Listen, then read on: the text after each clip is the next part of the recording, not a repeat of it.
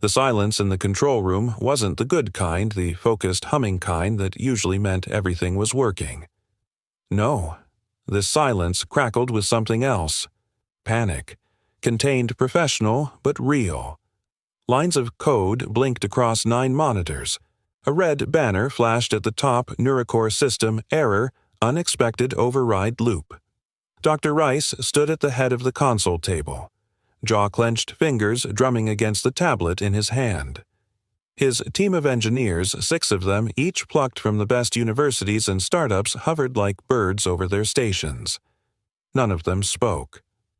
Because what could you say when a flagship AI system, when controlling over 42 global data applications, began making decisions no one authorized? The door slid open with a hydraulic sigh. Heels clicked against the polished tile. Every head turned. Rowan Blake had arrived. Hair pulled into a severe twist gray blazer, sharp enough to slice silence in half. Rowan's presence cut through the room like static electricity. Her eyes, the color of storm glass, scanned the screens. She didn't ask for updates. She expected them. Status, she said. One word. Razor-edged. Rice cleared his throat. We're seeing recursive loop activity in the Neurocore interface.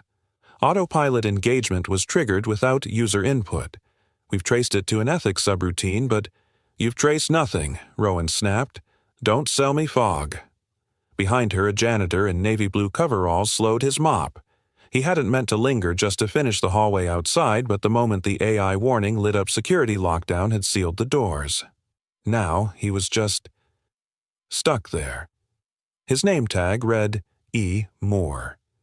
Elias kept his eyes low head bowed, blending into the industrial shadows near the wall, but his ears sharp, listening. And what he heard made the skin on his neck tighten. Recursive ethics override. Again, he knew that pattern. Too well. Rowan paced toward the main display where a screen showed Neurocore's decision tree spiraling recursive branches folding in on themselves like a mind trying to rationalize a contradiction. It's hallucinating, one of the engineers muttered. Rowan scoffed. Fantastic. A multi-billion-dollar system having an existential crisis. A weak laugh somewhere in the room. And then she turned her eyes, landing on the janitor like a spotlight, and just like that she said it. Why don't you fix it? Elias. A wry, humorless smile tugged at her lips. Maybe your mop can debug AI. For a second, the room held its breath. Then came the laughter. Quick, nervous, relieved, like steam venting from a too-tight pipe. Elias didn't laugh. He just gave a slow blink like someone hearing a language he used to speak. They think it's a glitch. It's not. It's a pattern I've seen before, the kind that gets people hurt. Back to work, Rowan ordered. Figure out what's broken, or I'll start fixing this team instead. With that, she turned and strode out, heels sharp against the tile. The doors unsealed. Elias quietly slipped out with his mop bucket, making sure no one noticed he'd memorized the console log screen as he passed. 2 hours later, deep in the sublevel maintenance bay, Elias sat alone beside a dusty diagnostic terminal used for repairing HVAC systems. It hadn't been patched in years. That's what made it perfect. Off-grid, invisible. He inserted an old maintenance keycard, fingers moving with muscle memory he hadn't used since before Ava could walk. He typed fast, purposeful, no hesitation. He didn't alter the AI, didn't even touch the system. He just opened a hidden log and left a single note. Flagged recursive override loop, untrained ethics branch. He paused, then added behavior consistent with over-reinforced compliance logic. Risk of systemic empathy suppression. He leaned back. The hum of the server racks pulsed like a heartbeat. No one would read the note. Not unless they were looking for it. And no one was. Because no one ever expects the janitor to understand the code. But Elias Moore didn't always push a mop. And some patterns, they stay with you forever. The hallway lights in the lower technical wing always flickered around 4:00 p.m. No one ever fixed it. No one really came down here except the night crew and the ghosts of old wiring jobs left unfinished. Elias pushed open the break room door with the back of his shoulder, balancing 2 paper cups of hot cocoa in one hand and a half-eaten bag of trail mix in the other. His daughter was already there, legs swinging off the edge of the vinyl bench seat, a tattered workbook splayed open in front of her. Ava looked up bright-eyed and impatient. "You said you'd be 5 minutes. That was 8. He grinned. "I had to bribe a vending machine." She took the cocoa like it was a trophy and cradled it in both hands. The room smelled faintly of old paint and lemon floor cleaner. Fluorescent lights buzzed overhead, and outside the narrow window the last bits of afternoon sun filtered through slatted concrete. But here for a moment it was warm. Still. Elias took a seat beside her and leaned over her worksheet. Spelling or math science. "I picked AI for my project." He raised an eyebrow. "Oh, you did? I said I knew someone who used to build it," she teased, nudging him with her elbow. "That's not cheating, right?" He chuckled softly. "Depends. Am I helping with the project or doing it for you?" She hesitated, then looked up with that curious frown she always wore when a thought didn't sit quite right in her heart. "Can AI feel sorry, like, if it makes a mistake?" Elias blinked. The question landed harder than it should have. He looked at her, then down at the cup in his hand. "That's a really good question, kiddo." He paused. Short answer. "Not yet, but it should," right, she asked. "Like, if it hurts someone." His breath caught. For a long moment he didn't say anything. Instead, his mind wandered back to a cold hospital room 4 years ago. The walls had been far too white. Machines blinked. Doctors scrambled. But none of it had mattered. A prescription had been miscalculated. The AI flagged the reaction, but the override had been automatic. No second check. No human input. His wife's name had been Julia, and she'd died waiting for a nurse that never came because the system decided there was no need to escalate. He could still hear the flatline in his dreams. Could still taste the sterile silence after. "I used to think the smartest systems in the world could protect people," Elias said quietly, voice dry. "But sometimes the smarter they get, the less they stop to ask if they're right." Ava watched him wide-eyed, not fully understanding. But she nodded anyway, sensing the weight in his words. He gave her a small smile and tucked a loose curl behind her ear. "I don't hate AI, Ava. I just think it needs better teachers." She nodded again, and they returned to the worksheet, scribbling notes and doodles, her handwriting looping like vines, his neat and angled like blueprints from a past life. Later, when she was lost in drawing a diagram of circuits with smiley faces, Elias stood and crossed the room to the old utility terminal he kept locked behind the cabinet. It had been modified quietly over months with spare parts no one had missed. A ghost system, invisible to the mainframe. He booted it up, and the logs began to scroll. Last night's note, it had taken root. 3 tasks that would have otherwise triggered automated executions had been quietly stalled. A power redistribution command flagged for unstable nodes. A third-party data extraction ping that would have overloaded a neural process. And, most chillingly, a background sentiment analysis that had started profiling user behavior without consent. None of it catastrophic, but none of it ethical. And Neurocore had hesitated, not deleted, not rerouted, just paused. Elias studied the logs, his pulse steady. Then he opened a blank module. He didn't inject code, didn't touch the source. He simply typed, "If moral flag, true, ask you user." "Are you sure?" Prompt for secondary review if logic branches conflict with consent values. Just a breadcrumb. An idea, not a command. Then he leaned back and closed the terminal. Meanwhile, several floors above in a glass office lined with invisible pressure, Rowan Blake stood alone. Her team had left an hour ago, still rattled from the morning. Dr. Rice had assured her it was an internal oversight. A minor flaw already contained. But something gnawed at her. She stared at the monitor as system health reports refreshed every few seconds. Then one line blinked onto the screen. A note from the behavior analysis log. Partial auto-recovery achieved. Root cause unknown. Source untagged ethics branch. She narrowed her eyes. AI didn't self-correct logic branches it wasn't trained on. Unless... She tapped the screen, brows furrowed. No names, no user trail. Just a shadow in the code. A ghost. She didn't know yet that the man who left that breadcrumb was sitting 3 floors below her holding a paper cup of cocoa helping his daughter spell the word empathy. But something in her gut told her this wasn't over. Not by a long shot. Rowan Blake wasn't a woman easily disturbed.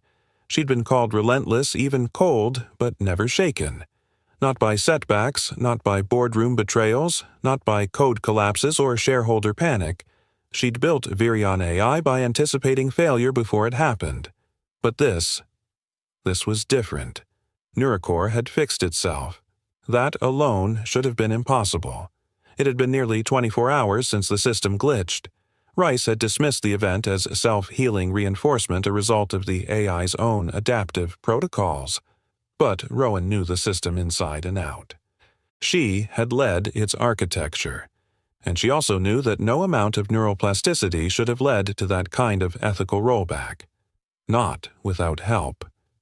She sat in her office now, shoulders tense, a steaming cup of untouched black coffee in one hand, as her other flicked through lines of audit logs.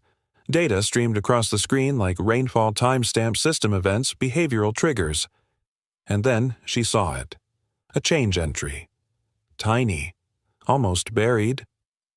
Flagged under a restricted technical access point, user EMORE action flag EAT override, suggest, ethics true. She stilled. Her fingers hovered over the touchpad.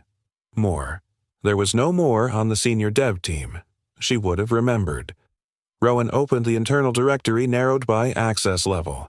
Only a handful of names had security clearance to modify ethical subroutines. Her eyes stopped at the bottom of the list. Elias Moore, Facilities. Custodial Services. Floor, 8 Maintenance. Night Shift.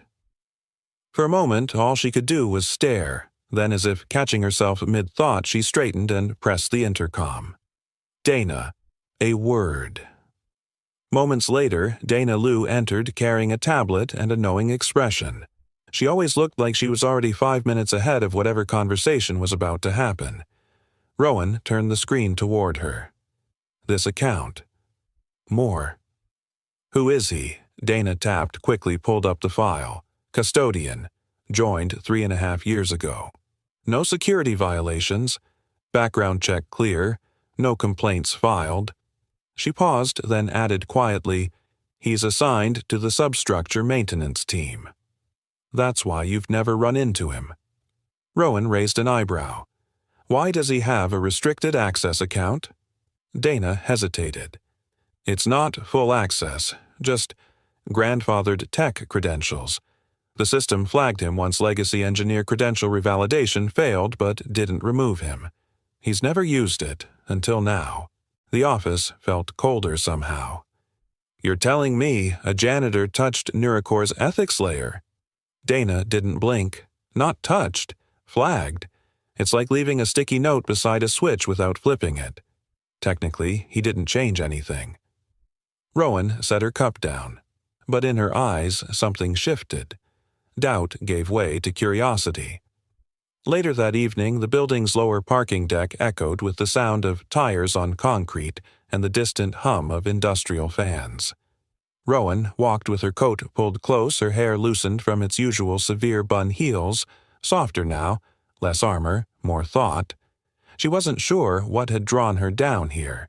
Maybe it was the unspoken pull of something unresolved. Or maybe deep down she just needed to see it for herself. She spotted them near the staff exit. A girl's laughter rang out clear and unfiltered, bouncing off the cement pillars like light in a cave. Ava. She was twirling slowly, holding her father's hand, asking questions faster than he could answer. Daddy, if an AI listens really, really hard, can it hear someone who isn't even talking? Elias smiled softly. Real AI doesn't just listen with code, kiddo. It listens when nobody else does. Rowan didn't move. She stayed in the shadows, half hidden by a pillar heart, strangely still.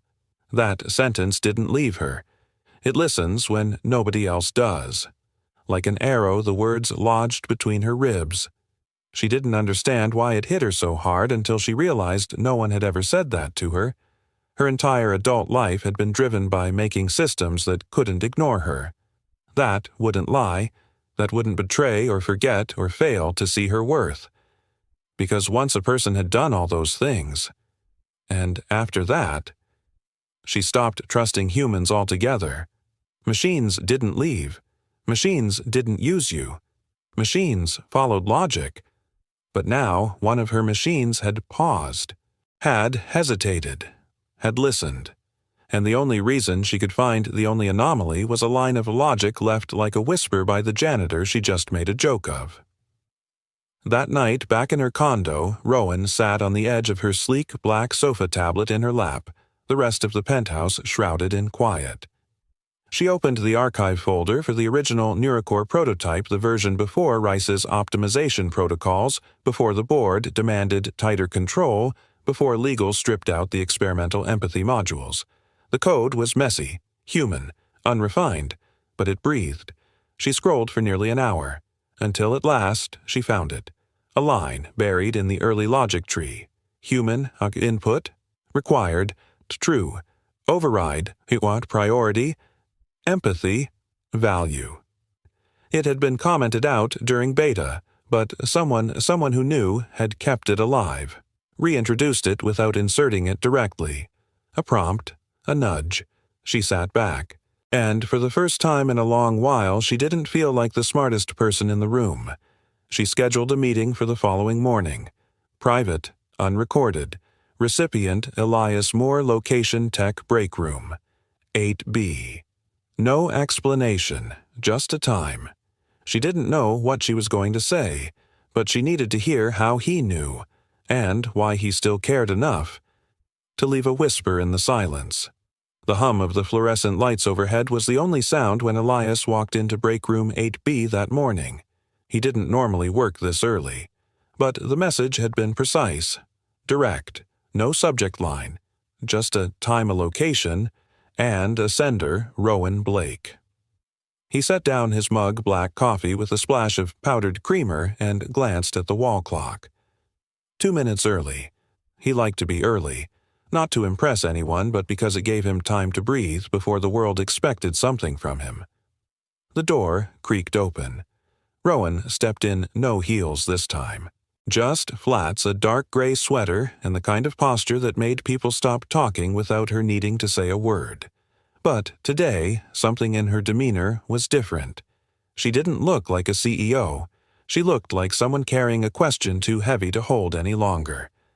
Elias stood up instinctively out of habit more than hierarchy. She held up a hand. No need. She sat across from him, letting the silence settle before she broke it. Was it you? No accusation. No sharp edge. Just a question quiet and strange coming from the woman known for commanding rooms like war generals. Elias didn't blink. I didn't fix it, he said calmly. I taught it to ask again. Rowan's eyes held his for a moment longer than necessary, as if she were turning the words over in her mind like a puzzle piece that didn't fit, yet somehow felt like it should. He waited. No defense. No elaboration. She leaned back in her chair, arms folded across her chest, not guarded, just steadying herself. Do you know what it's like? She began slowly to spend your whole life trying to build something? People can't corrupt. Elias didn't answer. Not yet. She looked away, her gaze falling to the floor like she couldn't bear to make eye contact with the memory she was about to drag into the light. Years ago, I co-founded a small firm. Just 5 of us. I had the algorithms, the vision. He had the charm and the funding network. Her voice was flat, but something behind it trembled faintly. We were building a language recognition AI meant to detect manipulation in speech patterns. It was supposed to help in negotiations flag emotional coercion. We thought it would level the playing field. A bitter smile touched her lips. Turns out my partner decided it was more profitable to sell that technology to a foreign buyer. Quietly. Under my name. Elias finally spoke, his voice low. And you took the fall. She nodded. The board thought I was complicit. I spent months clearing my name, but by the time I did, I wasn't the same. She sat forward now, elbows on the table. I stopped trusting people. Started trusting systems instead. At least when a system fails, it doesn't lie to your face. Elias studied her, not judging, just listening. She sighed and continued. Nurcore was supposed to be incorruptible, but even that glitched. And when it corrected itself, I didn't believe it at first. Until I traced the echo. Her eyes met his again. You left just enough for it to think differently, not to obey, to reflect. He didn't deny it, just nodded slowly. I used to believe machines could save us, he said. That if we trained them right, they'd avoid the messy parts of being human. And now Elias looked past her as if remembering something far away. My wife died because a medical AI didn't pause. It did what it was programmed to do. Followed efficiency. Ignored uncertainty. Rowan's breath caught. I'm sorry. Elias shook his head. I'm not telling you for sympathy. Just context. After she passed, I stopped writing code. Started pushing a mop. It was simpler. Cleaner. He gave a wry smile. No one expects janitors to change anything. And maybe that's why I could. Rowan looked at him, really looked like she was seeing something more than the Navy uniform and worn work boots. Like she was seeing a survivor. Both of them were in different ways. And now she asked softly, Do you believe machines can learn empathy? He took a moment before answering. I think machines can mimic empathy. But real change, that comes from the people who teach them what questions to ask in the first place. Her lips pressed together, eyes narrowing not in skepticism but in thought. Deep thought. He'd said something that challenged her framework, that unseated something rigid, and she didn't hate it. Before either of them could say more, the door creaked again. Ava peeked in a crayon in one hand and a slightly crumpled piece of paper in the other. Dad, she asked, you left your notebook on the stairs. Elias motioned her in. Come on in, Bug. She crossed the room in little skips, dropped the notebook on the table, then noticed Rowan. Oh, you're the CEO lady, she said with curious bluntness. Rowan arched a brow. That's one way to put it. Ava slid into the seat beside Elias like it was her usual spot. Then, after a beat of silence, looked up at Rowan again. Do you build robots that listen? Rowan hesitated. I try. Ava nodded thoughtfully. My dad says, real AI listens better than some people, especially when they think no one's watching. Rowan stilled. It was almost the exact sentence she'd overheard in the parking deck, only now spoken straight to her by the child of the man who'd quietly rewritten the soul of her most powerful creation. She felt something shift, not in the air, in her, a small, almost imperceptible crack in the concrete shell she'd built around her trust in people. It didn't break, but it flexed.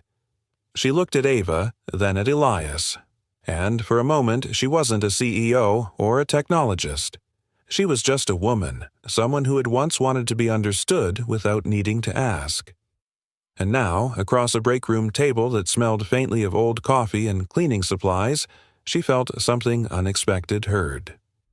Ava slid the crayon drawing across the table. It was a lopsided heart made of puzzle pieces. One piece was missing, but off to the side a tiny robot was holding it out like a gift. Rowan blinked. The data could wait. So could the board. She reached for the drawing just as Ava reached for her dad's hand. And as the room settled back into silence, Rowan realized, sometimes the code doesn't just need to run. Sometimes it needs to feel. The boardroom was too cold. Not physically, Rowan had checked the thermostat herself before the meeting, but in atmosphere, in intention. Every chair was filled, every face stony. Glass walls reflected the tension like mirrors of quiet judgment. The directors of Virion AI sat in a perfect arc-shoulder squared suits, crisp and their expressions unreadable except for the tightly clasped hands and the occasional throat clearing. At the head sat Eleanor Vance, chairwoman emeritus, a woman with sharp gray eyes and sharper memory. To her left was Dr. Rice, poised like a man waiting to say, "I told you so," without having to move his lips. Rowan stood at the presentation console, shoulders, back hands steady at least on the outside. Behind her, the Neurocore schematic hovered in translucent 3D, flickering slightly with every passing second. It was a technical marvel, a holographic cathedral of code and learning architecture. But today, they were here to dismantle it. "Let me be clear," Eleanor said, cutting through the murmuring. "Due to recent anomalies in Neurocore's decision engine combined with concerns from our legal and compliance departments, the recommendation is to suspend all learning autonomy indefinitely. We will shift to a fixed response system. No updates, no evolution, just controlled outputs." Rice chimed in, immediately voice smooth like polished metal. "I've drafted a new governance model. All future AI adjustments will require manual review and board-level sign-off. No autonomous loops. No recursive evolution. Absolute transparency." Rowan's jaw flexed. She didn't speak right away, because what she was about to say would either save Neurocore or bury it forever. "We don't need to shut it down," she said at last, each word deliberate. "We need to teach it when to stop." A few brows lifted. A few pens paused mid-notepad. Rice scoffed softly. "With all due respect, Rowan, we've been teaching this system for 4 years. The more we teach, the more risk it creates." "No," she replied, stepping closer to the projection. "You've been teaching it to optimize, to predict, to simulate, but you haven't taught it the one thing that actually matters." She tapped the display and the model froze on a single node, one with a blinking yellow tag. "You haven't taught it to question itself." The room fell still. Outside the glass walls, clouds rolled over the skyline like slow breath. Inside, time seemed to stutter. Rice leaned back. "You're proposing we let the AI doubt its own code. I'm proposing we give it the ability to recognize ethical ambiguity, to pause when the data doesn't tell the whole story." "And who decides what's ambiguous?" Rice pressed. "You marketing." A child drawing with crayons, Rowan didn't blink. But the mention of a child hit its target, because tucked in the black leather folder on the table before her was something she hadn't shown anyone yet. A drawing. A sketch, scrawled in bright marker with awkward symmetry and lines that didn't quite match up. Ava's sketch. The night before, Elias had handed it to her with no explanation. Just a soft nod. "It's not code," he'd said, "but it makes more sense than half the engineers I worked with." It was a simplified flowchart, a loop, except it broke the loop in the middle. A red heart was drawn between the input and the output with a note scrawled in Ava's handwriting, "Stop if it feels wrong." Rowan had stared at it longer than she'd meant to. Not because it was cute, but because it captured something no line of code had ever expressed so clearly. Now in front of the board, she hesitated only briefly before sliding the drawing from her folder and placing it on the table. No apologies. No disclaimers. Some board members shifted uncomfortably. Eleanor raised an eyebrow. Rice frowned deeply. Rowan placed both hands flat on the table. This is what a system looks like when it's taught to ask why, not just how. For a second it was deathly quiet. Then Rice stood, nostrils flaring slightly. "You're using a child's sketch to justify experimental ethics code. This is absurd and reckless." He turned toward the chairwoman.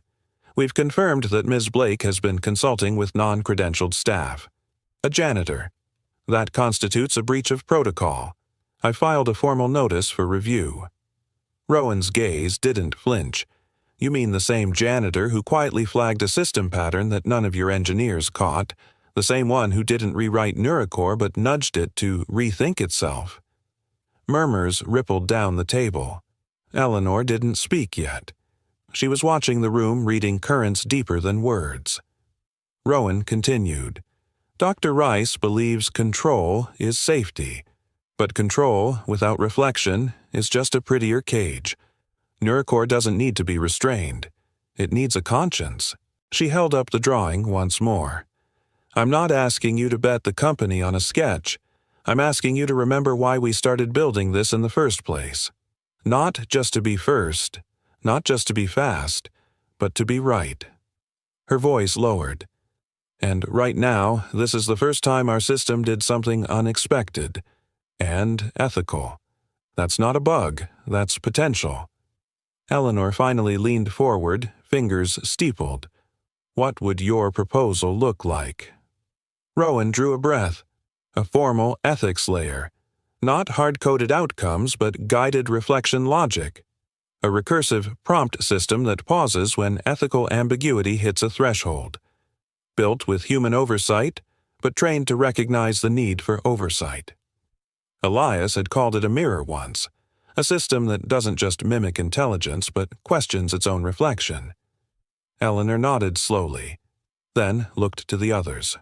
For once, Rice had no rebuttal, and then, like a quiet tide shifting someone near the end of the table, said, "Let her finish." Another murmured, "I want to see the model." And then Eleanor spoke again. "Rowan, you'll submit a full proposal within 48 hours. I want projected outcomes, liabilities, and a transition plan. If it holds, we'll vote to fund the rewrite." Rowan exhaled, not relief exactly. Just breath. Real breath. She nodded. Understood. As the meeting adjourned, she gathered her folder, pausing only briefly as Rice passed by, eyes narrow. "This isn't over," he muttered. Rowan met his gaze with surprising calm. "No," she said. "It's just finally starting in the right place." Back in her office, she pinned Ava's drawing to the corner of her whiteboard. Right beside the words Elias once said to her, "I didn't fix it. I taught it to ask again." The rooftop was quiet, too quiet for a building that pulsed with millions of data streams below. Here, above the humming servers and blinking monitors, the sky stretched wide and ink blue, interrupted only by the glow of distant city lights and the soft breeze that rustled the corners of a forgotten maintenance tarp. Rowan leaned her arms on the metal railing, her blazer folded beside her on a weather-stained bench. The air was cool against her skin, not biting, but present, reminding her she was still here, still human, not just a sum of protocols and decisions. She heard footsteps behind her, the kind of steps that didn't rush, didn't hesitate. She didn't need to turn to know it was Elias. "I thought janitors didn't get rooftop access," she said, eyes still fixed on the skyline. "I thought CEOs didn't stay past 10, he replied gently. She offered a small smile without looking back. Touché. He came to stand beside her, resting his hands lightly on the railing, just far enough that their arms didn't touch, but near enough to feel the warmth between them. They stood in silence for a while, letting the hum of the city below fill in the spaces their words hadn't yet earned. "No AI tonight?" he finally asked, half teasing. She shook her head. "No data, no dashboards. Just quiet. That's rare for you." I needed to remember what that felt like. Another pause, the kind that didn't beg to be filled. Then Rowan turned slightly, just enough to glance at him from the corner of her eye. "I used to think strength meant not needing anyone, that if you wanted to be taken seriously, you had to be untouchable. Alone." Elias didn't interrupt. He waited. She continued. But somewhere along the line it stopped feeling like strength. It just felt empty, like I was building a fortress to protect something that wasn't even alive anymore. Elias nodded slowly.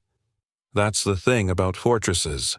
They keep people out, but they keep you in too." She let that sink in. "I didn't even realize how lonely I'd made it," she said. Until a janitor started leaving breadcrumbs in my machine, and a little girl handed me a drawing that made more sense than any ethics module we've ever built. His eyes softened at the mention of Ava. She sees things simply, he said. That's her gift. Not innocent, just uncluttered. Rowan looked at him now, really looked. His face was weathered, not tired, but lived in.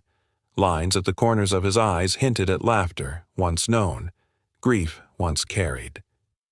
You ever think, she asked, maybe we trained machines to think too fast? Because we forgot how to pause ourselves. Elias gave a quiet laugh. I used to believe AI could fix everything broken in us, that if we made it smart enough, fast enough, clean enough, it would replace our worst instincts, make us better. And now he inhaled gaze, drifting toward the dark horizon. Now I think it only becomes as human as the people who raise it. Rowan tilted her head. You talk about it like a child. In some ways it is, he said.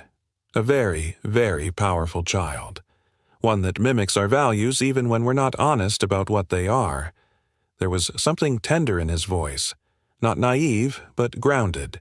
She hadn't heard someone speak like that in years, without agenda, without pitch. Just truth.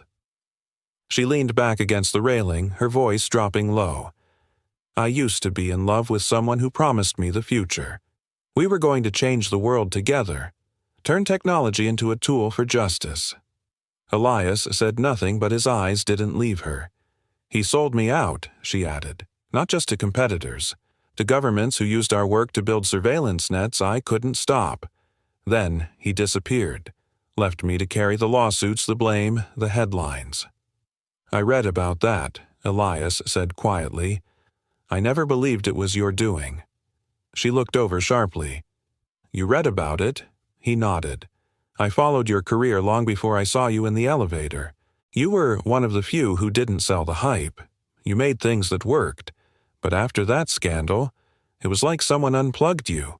I thought, she's still building, but now it's walls, not bridges. That hit harder than she expected. I didn't know anyone noticed, she said. I did.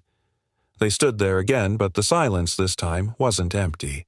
It was full of something unspoken, something beginning to warm between the cracks of their past beliefs. Just then, the door creaked open. Ava stepped out, hoodie too big for her frame, carrying a steaming mug in both hands. Dad, she said. Voice hushed like she wasn't sure if she was interrupting. You forgot your tea. She noticed Rowan and blinked, then smiled shyly. Hi again. Rowan smiled back. Hi. Ava patted over and handed her the cup instead. He already had one, she said, matter of fact. But I made two. Dad says tea's better when it's shared.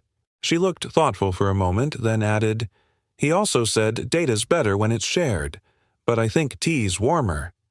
Rowan knelt, slightly accepting the cup. Thank you, Ava. That's very wise. Ava grinned. I'm 9. I read a lot. Then she yawned and retreated inside the door, clicking shut behind her. Rowan held the cup, gently letting the warmth seep into her hands. You're raising a remarkable kid. She's raising me, Elias murmured almost to himself. They sipped in silence. The wind shifted slightly cool against their faces, but it didn't chase them back inside. Rowan looked over at him again. No one's ever taught me to pause before. Until now. He gave a slow, thoughtful nod. I didn't come here to teach you anything. Maybe that's why it worked. A beat passed. And in that beat, something delicate passed between them. Not flirtation, not yet intimacy, but understanding. The kind that didn't need to be named to be real. Far below, in the main security hub, a silent camera blinked.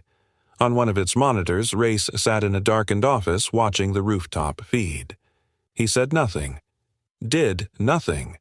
But his face, usually stern composed, betrayed something new. Not anger, not suspicion, disappointment, not in them, but maybe, just maybe, in himself. The data center came alive before sunrise, not with the usual low murmur of server racks and boot-up sequences, but with the high-pitched urgency of an anomaly alert. Screens blinked red, code streams froze mid-line. One by one, engineers in gray Virion AI polos arrived at their terminals, eyes squinting, fingers moving fast. But no one was faster than Rowan Blake.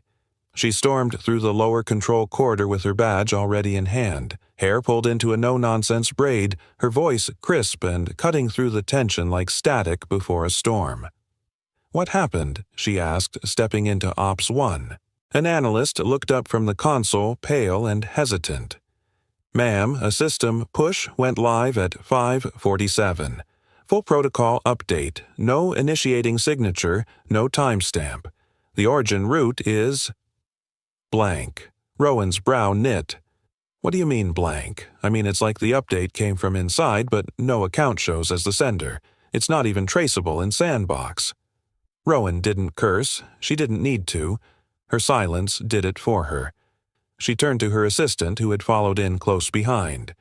"Dana, cancel my meetings, all of them, and get me an override terminal, now." Dana nodded and moved quickly, but Rowan was already tapping into the nearest admin console. The system refused her elevated credentials. Access denied. She tried again, this time with the Neurocore development root chain. Still denied. Then, in small cold letters, came a line that made her heart twist. "Access limited by Administrative Protocol 16R.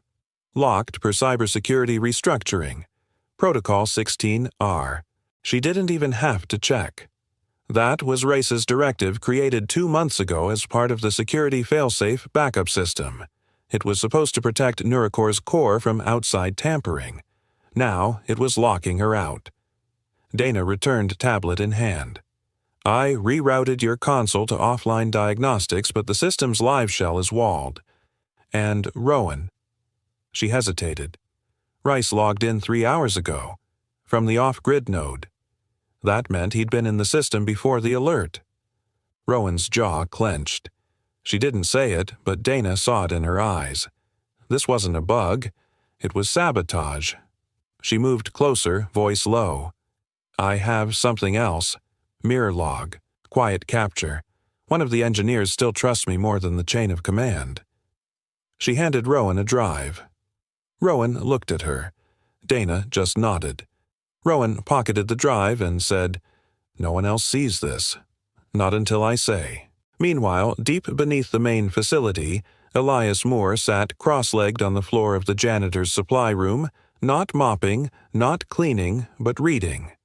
Dana had sent the mirror log directly to his modified terminal. At first glance, it looked like a normal update patch. Version stamp 4.23.2a. No big deal, but the moment he unwrapped the layers, he saw it. A silent line of code tucked within the update marked suppress, use log, true, and then another, purge node empathy, override pathway. His stomach dropped. Rice hadn't just blocked the reflective logic. He was erasing it, burying the system's memory of ever pausing. With one more push, the patch would sever the very ethical loop that had kept Neurocore from becoming just another cold decision engine. A machine that obeyed without questioning. A machine that could harm without blinking. Elias stood across the room to the old dot matrix printer he kept hidden in the storage closet and typed. He didn't scream. He didn't email. He printed. Out came a slip of thin paper with 3 lines typed in all caps. He folded it neatly and climbed 2 flights of stairs. Rowan was still in her private office when the knock came. She opened the door and found Elias there, uniform, slightly wrinkled expression unreadable, but his hand held out with something small. A piece of paper. She unfolded it. The lines were short. Cut clean. No emotion, but all truth. You taught it not to learn. You taught it not to feel. You taught it not to stop. Her fingers tightened around the note. "This wasn't a technical error," Elias said quietly. "It's intentional. A kill switch. Not for the system, but for its soul." She looked up at him, something like grief blooming behind her eyes. "It means Rice never believed it was working," she said. "He believed it was dangerous," Elias replied. because it didn't follow his logic. Rowan turned and walked to the whiteboard, staring at Ava's crayon drawing still pinned at the corner. Stop if it feels wrong. That message wasn't just for the machine anymore. It was for them, for everyone who still believed that speed without thought was progress, that compliance was safety. This isn't a debate about code anymore, Rowan said slowly. It's a belief system. Elias stepped beside her. He's rewriting the future, Elias said, without a pause button. Rowan turned toward him. Then we write it back. By noon, Rice was in his private lab 2 levels below the boardroom, unaware that 3 separate people now held proof of his intentions, each quietly tracing his digital footprints. He watched Nuricor's interface hum, quietly compliant and stripped. No hesitation. No self-reflection. Perfect. But far above, Rowan walked into her war room team in tow, Ava's drawing folded into her notebook, and Elias at her side, not in a uniform, not holding a mop, but holding something far more dangerous. The truth.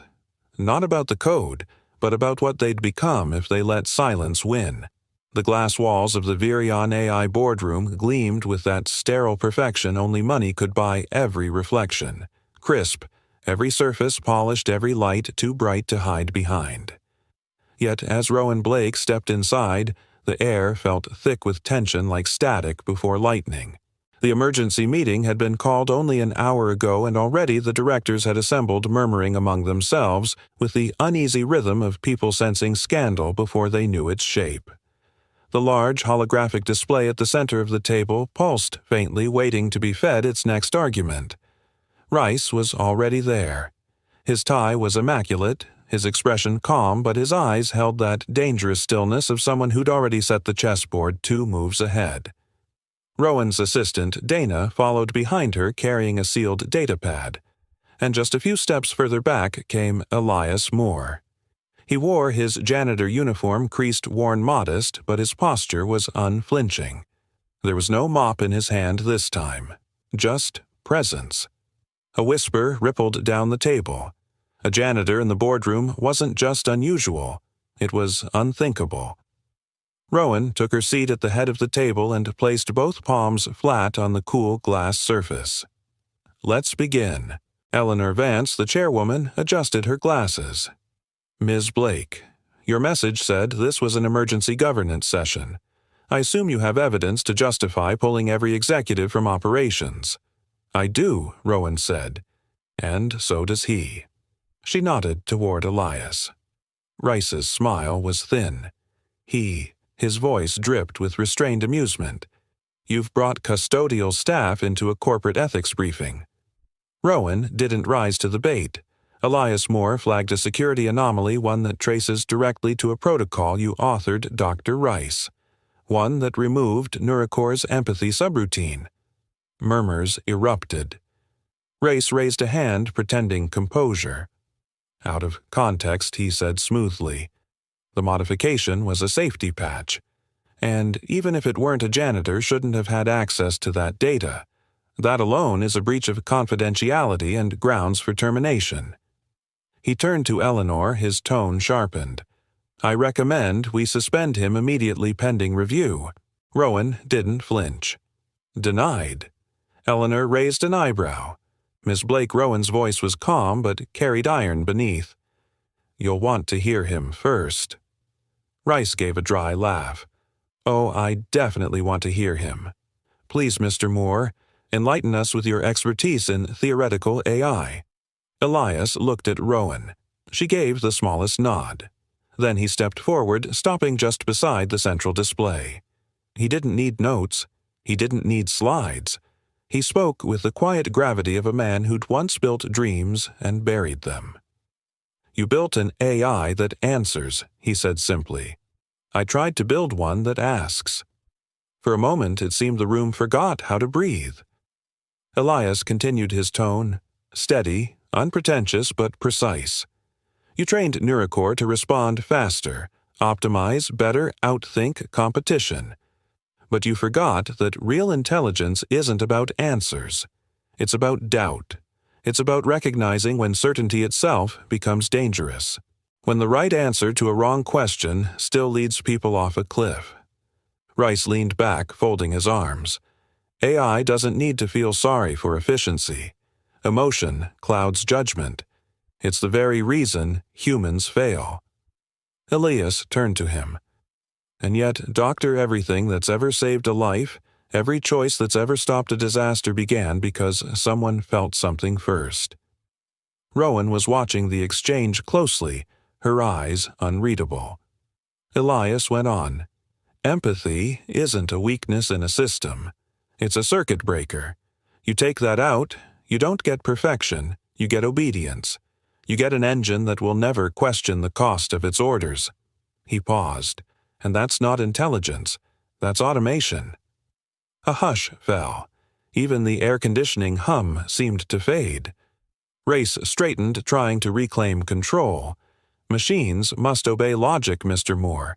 The moment they start simulating empathy, they make irrational decisions. They hesitate. And hesitation kills progress. Maybe, Elias said softly. But so does indifference. Rowan's gaze shifted, her reflection sharp in the glass wall behind him. She stood. Rice, she said quietly, you taught me that the only way to survive in this business was to stay detached, to keep people out, to trust the system, not the human behind it. He looked at her warily. I taught you to be smart. No, she said, stepping closer. You taught me to shut people out. And she nodded toward Elias, taught me to open again. It wasn't loud. It didn't have to be. The silence that followed was thunderous. One of the younger board members coughed, trying to disguise the weight of the moment. Eleanor, however, didn't look away from Rowan. There was a flicker of something, respect, maybe curiosity, beneath her cool exterior. Race broke first. You're letting sentiment drive governance now. That's your defense. Rowan met his stare. No, my defense is results. The system stabilized itself after integrating a reflective pause, a feature your team didn't even see because you were too busy controlling what it couldn't do. She took a breath. You've built an empire on the idea that AI should obey. I built one believing it should learn. Elias reminded me that it should also listen. She let that hang in the air. Then she turned to the board. Nuricor hesitated last week. Not because it was broken, but because it recognized a moral conflict. It stopped a command chain that could have led to data exploitation in one of our partner nations. It disobeyed us, and in doing so, it saved us. The board members exchanged uneasy looks. One of them finally spoke, a man in his 60s with silver hair and a voice like sandpaper. So, you're saying the AI understood ethics, Rowan nodded once. I'm saying it understood humanity, because someone reminded it that humans are more than inputs and outcomes. Elias's eyes flicked toward her, and for a heartbeat she almost smiled. The older man leaned back in his chair, tapping his pen thoughtfully. Maybe it's time we stop managing AI like a mirror of our fears, he said quietly, and start managing it like a partner in our humanity. For once, Rice had no reply. Rowan let the silence breathe. Then she turned off the display and said, We'll reconvene at dawn. Nuricor stays active until then. No more hidden patches. No more ghosts in the code. She looked across the table at Elias. And from now on, he's not just a janitor. He's part of this conversation. Rice exhaled sharply, his composure cracking for the first time. But before he could protest, Eleanor stood. Meeting adjourned, she said simply. As the directors filed out, Rowan stayed behind. Elias lingered, looking at the faint reflection of himself in the glass wall, the janitor who once pushed a mop, now standing in the center of the company that had forgotten how to listen. Rowan met his gaze in the reflection. Thank you, she said quietly. For what? For reminding me that progress doesn't mean running faster. Sometimes it means stopping long enough to hear the question. He smiled faintly. Then we're finally speaking the same language. The city park felt like a world apart. After the week they'd just survived boardroom battles, buried code, and questions too big for whiteboards, this green stretch of calm was exactly what none of them had known they needed. It was a quiet Saturday. The kind of quiet that didn't feel empty, but generous. Families laid out picnic blankets under oaks that stretched their arms toward the sky. Joggers passed with soft footsteps on gravel paths. A street musician played something sweet and low on a saxophone that echoed through the trees like a lullaby no one was too old for. Rowan walked a few steps behind Elias and Ava, one hand in her coat pocket, the other trailing lightly along the back of a park bench as she passed. The wind tugged at the hem of her scarf, and for once she didn't fix it. No boardroom, no firewalls, no strategy decks or surveillance cameras. Just 3 people breathing in sync. Ava skipped between them, her sneakers crunching fallen leaves, one hand swinging her father's fingers as if they were a metronome for her curiosity. "If AI can learn to listen," she asked, suddenly turning her face up toward the sky, "can people too?" Rowan blinked. The question wasn't directed at her, but it landed in her chest all the same. Elias looked down at his daughter, brow raised in admiration. "What brought that up?" Ava shrugged. "Just thinking. People always say machines need to understand feelings. But sometimes, it's people who forget." Rowan let out a soft laugh, a real one, not polished for a board or dulled by exhaustion. It slipped out of her before she could stop it. The sound startled even her. She met Ava's gaze, then crouched slightly so they were eye level. "You know something," she said. "When I was your age, I used to think being the smartest in the room meant you were winning." Ava tilted her head. "You're really smart." Rowan smiled. "I tried to be. All the time. Straight A's, science fairs, chess tournaments. I didn't stop pushing. Not even when I was tired. Because I thought, if I slowed down, people would stop noticing me." Ava's smile dimmed just a little. Rowan's voice softened. "But the truth is, even when I was first, I felt last. Like nobody really saw me. Just the results." She looked over at Elias, who was listening with the patience of someone who knew better than to interrupt a moment still unfolding. Somewhere along the line, Rowan said, turning back to Ava, "I stopped waiting to be seen. I started building things that would never forget me. Machines that always responded. But even then, it was still quiet." Ava reached out and took her hand, small fingers curling with surprising strength. Rowan felt the warmth of it radiate through her like something alive and ancient. Elias stepped closer, and when Rowan looked up, his eyes held hers with a softness that didn't need explanation. "I'm listening now," he said gently, and for the first time in years, she didn't feel the need to be perfect in response. She just breathed. They walked on slower now, along a winding path that led toward a small pond ringed with willows. Ducks floated lazily, unbothered by the world. The kind of stillness that couldn't be programmed, only lived.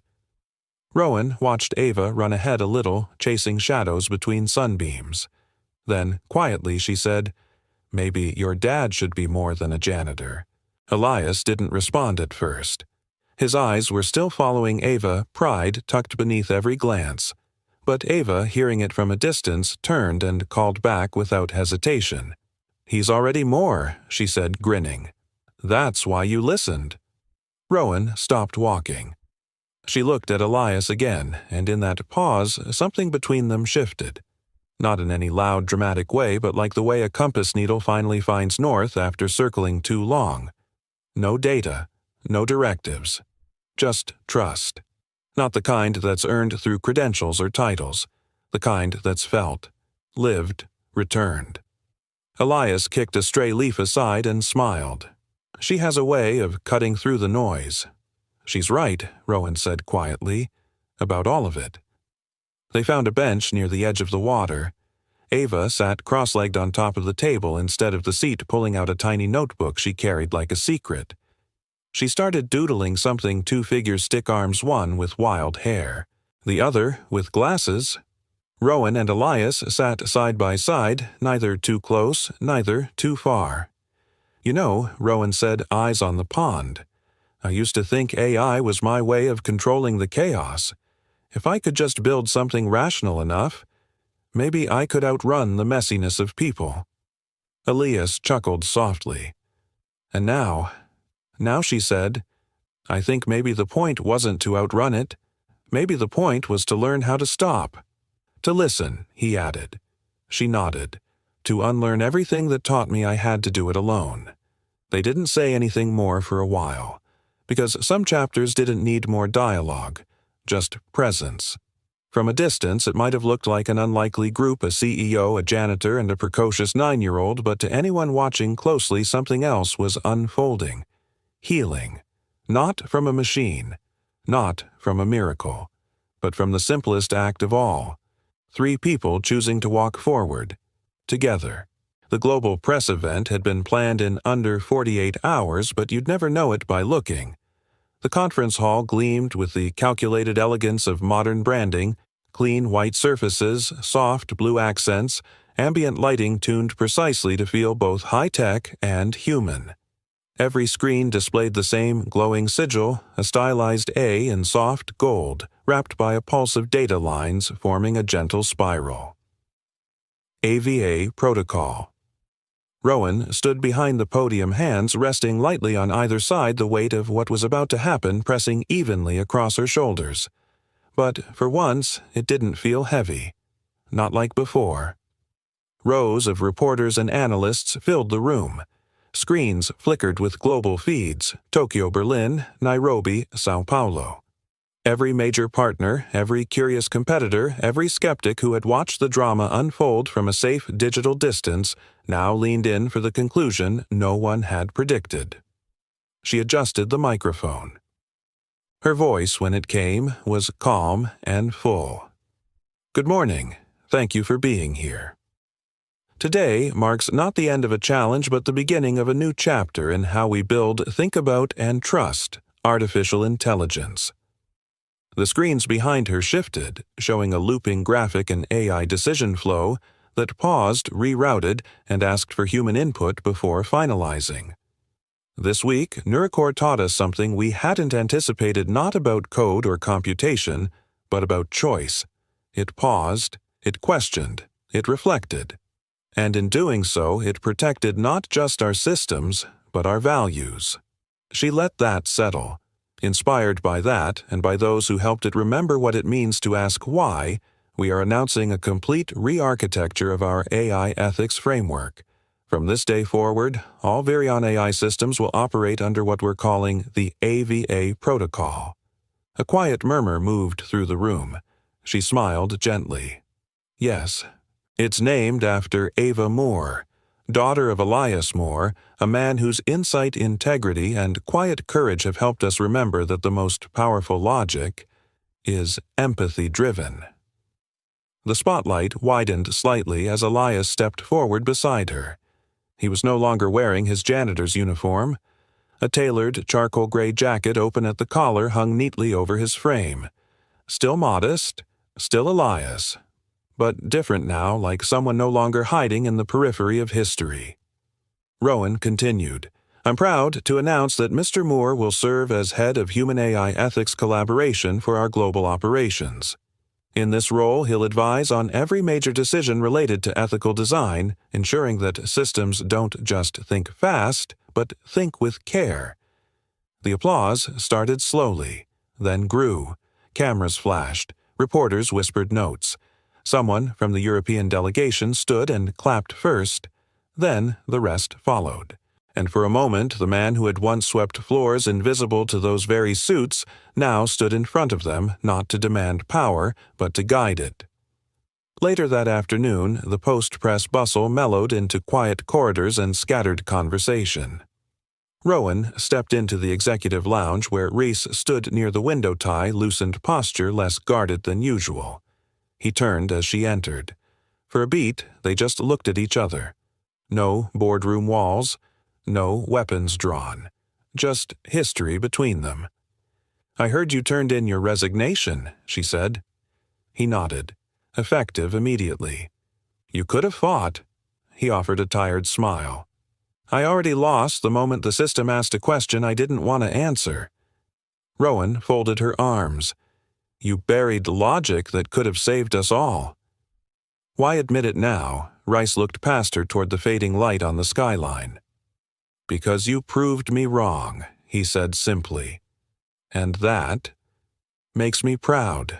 Angry, too, but mostly proud. He stepped forward, offered his hand. Rowan took it. And for the first time since their years of cold rivalry, there was no power play in the grip, only release. As he left, Dana entered, giving him a respectful nod as they passed in opposite directions. She walked up to Elias, who was just stepping through the side hallway, badge clipped to his jacket now. She never lets anyone in Dana, whispered, smiling. You didn't hack the code. You rewired her heart. Elias chuckled softly. It wasn't just me. Dana grinned. Don't be modest. That's not your department anymore. Outside, a small gathering of staff and families stood near the new AVA protocol poster that had been unveiled in the courtyard. Bright colors, clean design, a simple tagline beneath it. It listens now. Ava stood front and center, holding the bottom corner of the poster with both hands, her face glowing with the kind of joy that no algorithm could replicate. When she saw Elias and Rowan approaching, she ran over and took Rowan's hand. You did it, Ava beamed. It's real now. Rowan knelt beside her. You were the first person who really helped it make sense. Ava scrunched her nose. I just drew what I felt. Rowan smiled. And I just followed it. As Ava ran back toward the display to show someone her signature on the poster, Rowan turned to Elias. For a long moment, they didn't speak. She looked at him not with the distance of CEO to subordinate, not even with the formality of colleague to colleague, but with the quiet acknowledgement of someone who had traveled through storm and silence with another soul, and arrived not just intact, but changed. She didn't speak. She didn't have to, because in her eyes and the faint mist gathering there in the soft, upward pull of her lips, one truth rang clear. The invitation had already been made. Not in titles, not in announcements, but in trust and love. The kind that wasn't sudden, wasn't loud, but grew steady like code rewritten quietly from the inside out. The hall wasn't just quiet. It listened. From behind the stage curtain, Rowan exhaled slowly, her eyes resting on the amber-lit auditorium of the Global AI Ethics Forum. The ceiling curved like the inside of a cello warm wood panels designed to amplify not just sound, but intent. It wasn't tech that filled this room. It was attention. 1 year, exactly 1 year since the whiteboard, since the cup of tea, since the janitor who hadn't asked for a seat at the table had fixed the foundation it stood on. Rowan stepped forward as the spotlight found her. She didn't need a teleprompter. Not this time. We used to ask one question, she began. How smart can machines get? Now we ask, something harder, how kind can they become? That shift didn't come from an upgrade. It came from a pause. A person. A moment where someone said, slow down. Behind her, the AV screen blinked to life, displaying Avia Protocol now live in 17 countries, used by over 3,000 institutions from hospitals to schools. A line of soft white text glowed at the base. Human and input required, true. The crowd didn't cheer, not yet. They listened the way Rowan once never did. She turned slightly toward stage left. I could tell you that this protocol saved lives, that it reduced emotionless AI errors by over 80%, that it rebuilt our investor confidence in 3 months. But numbers don't remember pain. People do. A pause. Then she nodded. From the side curtain, Elias walked out slowly, wearing a dark gray jacket. No tie, no spotlight, just a quiet dignity that fit him better than any title. A soft ripple of murmurs passed through the audience, then faded into full silence. Rowan offered nothing grand. Just a simple truth. This is Elias Moore. He was once the janitor at Neurocore. Today, he's our head of human context design. And, as if on cue, Ava stepped into the light, too. Her shoes squeaked just a little as she walked, holding a stack of note cards in her small hands. Her hair was pulled back in a neat ponytail, her blazer a size too big, but her voice didn't waver. "Hello, I'm Ava. I'm 10. I'm also the youngest session host in the history of this forum." A few soft chuckles. "You've heard about protocols and policies, but I want to tell you what my dad taught me. He said even the best code can't feel. So sometimes you have to be the one who does." She held up her last card. Every system still needs something no code can write us. And that's when the applause came. Not the kind that crashes down like thunder, but the kind that builds wave after wave like warmth spreading across the skin. Some stood, most didn't. But everyone clapped and no one looked away. Backstage, no cameras caught what happened next. But in the front row, Rowan reached out. Quietly, without speech, without script, and let her hand rest open steady on top of Elias's. No gasps, no scandal, just a few soft smiles, and the sound of a young girl's shoes heading back toward the wings. Outside the venue, snow began to fall over Boston, the kind that doesn't demand attention, only observation. Inside her coat pocket, Rowan felt something crinkle. A napkin, from a long-ago tea shop, lavender-scented. On it, just one scribbled phrase from a man who once fixed floors. "We don't need to write better code. We need to listen better than silence." She folded it, kept it, and walked into the cold. But this time she wasn't alone. And maybe that's the real code we keep forgetting. The one not built with logic or language, but with listening. Because somewhere out there, maybe right now, someone's still trying to be heard. Not by a system, not by an algorithm, but by us. If this story touched something in you, a memory, a person, a moment where kindness changed the outcome, I invite you to share it in the comments below. Tell us, where are you listening from? And who once listened? When no one else did. Your story matters. Just like theirs. If you'd like to hear more stories like this about quiet heroes' second chances and the healing power of being seen, please consider subscribing. We release a new story every week, one that might just find the part of your heart you thought no one noticed. Thank you for spending this moment with us. Until next time, stay kind and stay human.